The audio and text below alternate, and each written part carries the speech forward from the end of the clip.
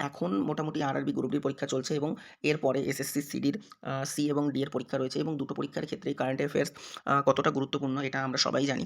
তো কারেন্ট অ্যাফেয়ার্সের একাধিক বিষয়ের মধ্যে একটা গুরুত্বপূর্ণ বিষয় হলো পুরস্কার।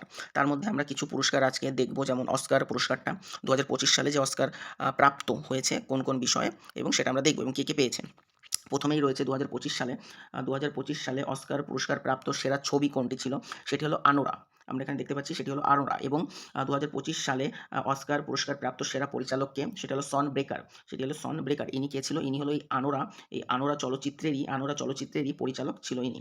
ঠিক আছে? এবার ২০২৫ সালে সেরা অস্কার প্রাপ্ত সেরা অভিনেতা কে ছিল? এটা হলো অ্যাড্রিয়ান বডি।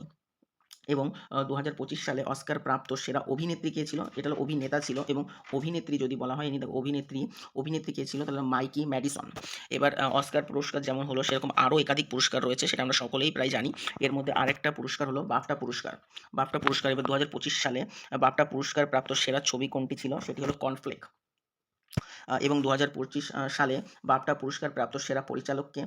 সেরা পরিচালকটা কে? সেটি হলো কর্বেট কর্বেট। এবং ২০২৫ সালে বাফটা পুরস্কার প্রাপ্ত সেরা অভিনেতা, যেরকম আমরা অস্কার পুরস্কারের ব্যাপারে কোন সিনেমাটি অস্কার পেয়েছে তার সেরা পরিচালককে, অভিনেতাকে ও অভিনেত্রীকে, ঠিক একই রকমভাবে বাফটা পুরস্কারেরও প্রথমে আমরা দেখলাম সিনেমা অর্থাৎ চলচ্চিত্র কোনটি, তার পরিচালক কোনটি, এবং এবার দেখছি অভিনেতাকে।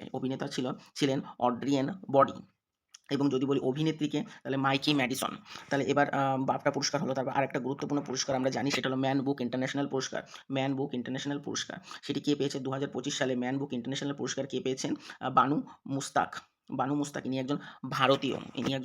তার মানে এটা খুব কিন্তু ইম্পর্টেন্ট একটা প্রশ্ন।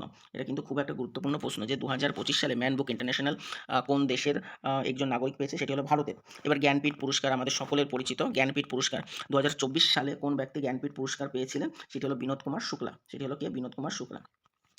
আজকে এই ১০টি প্রশ্ন, যেটা আমরা সবাই জানি, আরআরবি হোক কি এসএসসি গ্রুপ সিডির পরীক্ষা হোক, এই দুটি পরীক্ষার কারেন্ট অ্যাফেয়ার্সের দৃষ্টিভঙ্গি থেকে খুবই গুরুত্বপূর্ণ ছিল। এটা আমরা সবাই জানি। তো এরকম আরও ভিডিও পেতে চ্যানেলটার সঙ্গে থেকো এবং আম সাহায্যের হাত বাড়িয়ে দিও। আজকের জন্য এটুকু।